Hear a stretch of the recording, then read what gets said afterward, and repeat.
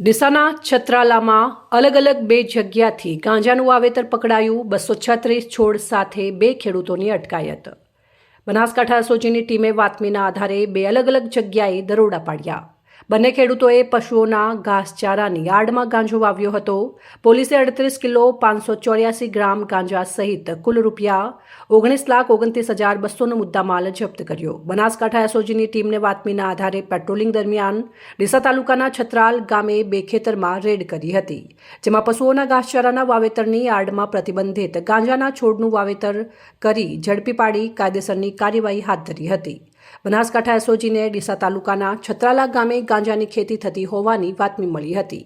પાલનપુર એસઓજીની ટીમે પેટ્રોલિંગ દરમિયાન છત્રાલા ગામની સીમમાં રહેતા સોલંકી ઈશ્વરજી મોહબતાજી ઉંમર 63 વર્ષ રહેવાસી છત્રાલા તાલુકો ડીસાવાળા જેઓના ખેતરમાં રેડ કરતા પશુઓના ઘાસચારાના આડમાં ખેતરમાં છૂટાછવાયા ગાંજાના છોડનું વાવેતર કરવામાં આવ્યું હતું।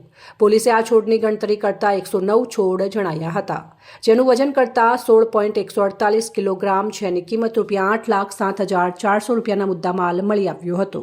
જ્યારે બીજો આરોપી સોલંકી રેવાજી ગોકાજી ઉંમર 44 વર્ષ રહેવાસી છત્રાલા તાલુકો ડીસાવાળા જેઓના ખેતરમાં રેડ કરતા પશુઓના ઘાસચારાની આડમાં ખેતરમાં છૂટાછવાયા ગાંજાના છોડનું વાવેતર કરવામાં આવ્યું હતું।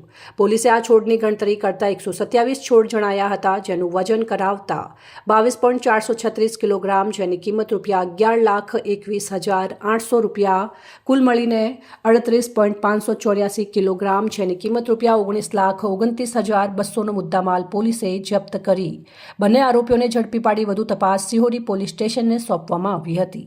અહેવાલ અમૃત માળી, પ્રદીપ તંત્રાલ, ન્યૂઝ ડીસા।